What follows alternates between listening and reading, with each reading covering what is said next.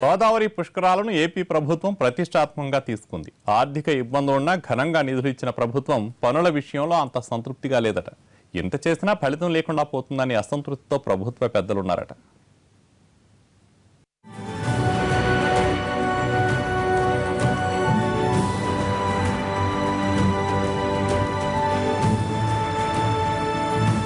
పుష్కర ఏర్పాట్లపై ప్రభుత్వ పెద్దలై పెదవి విరుస్తున్నారు.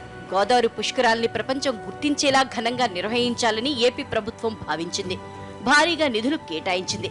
గత పుష్కరాలకు కేవలం అప్పటి ప్రభుత్వం 60 కోట్లు కేటాయిస్తే ఈసారి ఏకంగా 1474 కోట్లు నిధులిచ్చారు.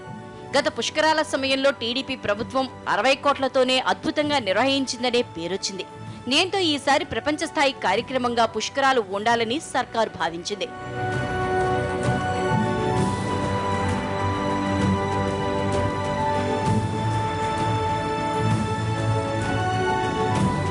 ఇంతవరకు అంతా బాగానే ఉంది. అయితే పుష్కర పనుల విషయంలో ప్రభుత్వమే అనుమానాలు వ్యక్తం చేస్తోంది. నిధులు ఇచ్చినా పుష్కరాల నాటికి పనులు పూర్తయ్యే పరిస్థితి కనిపించడం లేదు. భారీగా పనులు చేపట్టినా బాగా ఆలస్యంగా వాటిని ప్రారంభించడంతో అనుకున్న సమయానికి పూర్తయ్యేలా కనిపించడం లేదు. జూన్ చివరి నాటికే పనులు పూర్తవ్వాలని ప్రభుత్వం లక్ష్యంగా పెట్టుకుంది. అయితే ఇంకా పనులు 20 నుంచి 30% దాకా పెండింగ్ లో ఉన్నాయి.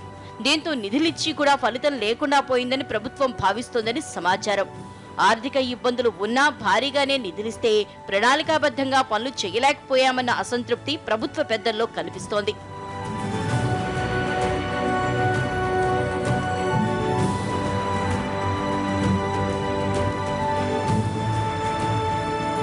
మరోవైపు పుష్కర పనులు చేపట్టిన కాంట్రాక్టర్ల వాదన మరోలా ఉంది.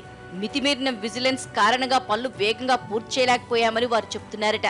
ప్రతి పనిని భూతద్దంలో పెట్టి చూస్తుండటమే ఈ పరిస్థితికి కారణమంటున్నారట. పుష్కరాల పనుల్లో క్వాలిటీ పేరుతో పదే పరిశీలనలు జరపటం, టెండర్ నిబంధనలు అత్యంత కఠినంగా ఉండటంతో ఎవరూ ముందుకు రాలేదంటున్నారు. దీంతో పనుల ప్రారంభమే ఆలస్యమైంది.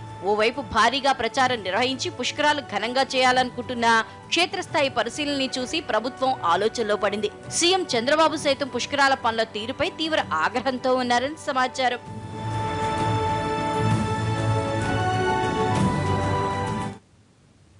ఆఫ్ ది రికార్డులో షార్ట్ బ్రేక్.